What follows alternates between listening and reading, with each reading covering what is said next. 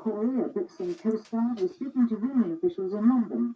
He warned that time and occasionally lives were lost when mayday calls from one boat were blotted out by calls from another vessel. There are 4 coastguard stations in the southwest at Hartland, Portland, Falmouth, as well as Brixton.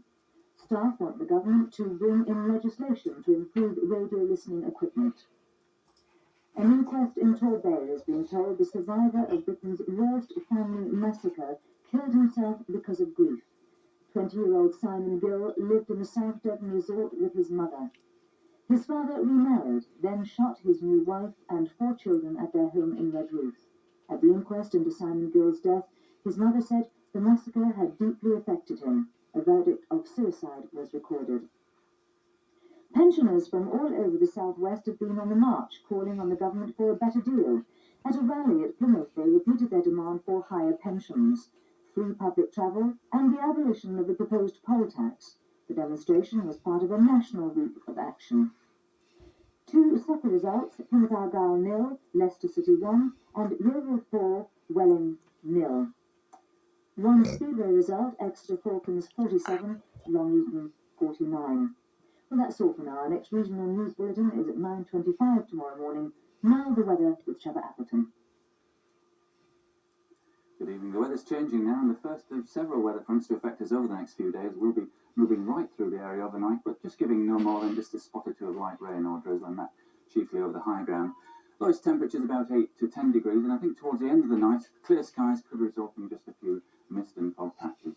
Now, tomorrow morning, the best of the weather is likely to be quite early in the day. A lot of bright, sunny weather first thing around dawn, but showers in the west from the word go, and those showers working their way right across to Dorset as we go through the day. 1 or 2 heavy ones there over the high ground, and cooler than today, 15 or 16 degrees at best, and those winds touching force 6 by the end of the day. That's it.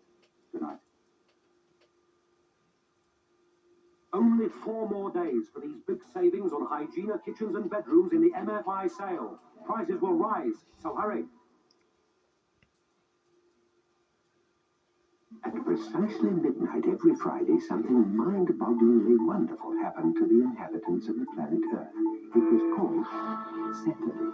To celebrate this event, the Daily Telegraph produced a weekend section to cover every conceivable interest from the countryside to the cinema, from fine art to fine wine.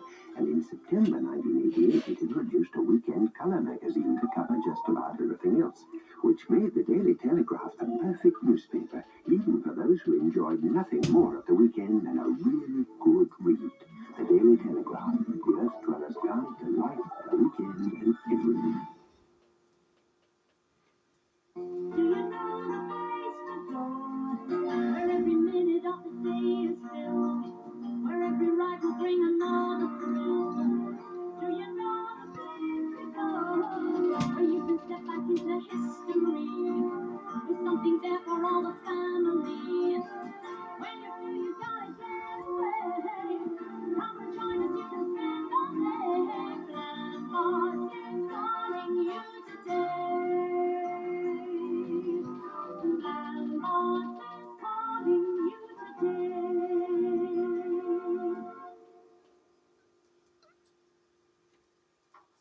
Hello again.